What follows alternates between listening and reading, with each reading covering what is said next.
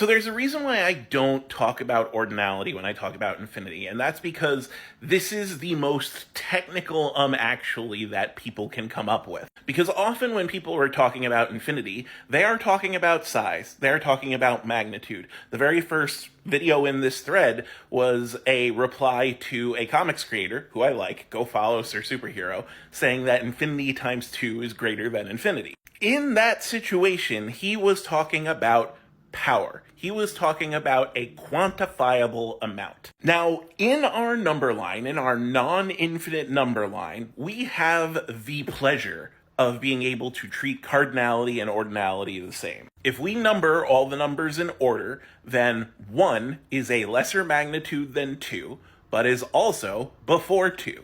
And that's great. We all understand that. When you start talking about infinity, you cannot do that. You have to have one or the other. The ordinals will tell you what comes later, which you did note in one of your comments, but the ordinals tell what comes later, but not what has a greater magnitude of size. Aleph 1 may come after Aleph null, those are the ordinals that people are talking about, but it in no way signifies a greater quantity, in any way, shape, or form. That's what happens when you start talking about ordinality only. You're talking about order. When people are talking about, like, measuring something, that is cardinality. That is the number of items something has. If you measure 5 inches, it has 5 inches. There are 5 of them. If you are measuring force or power or something like that, you are measuring it in discrete units. You are telling how many of those discrete units are in that set.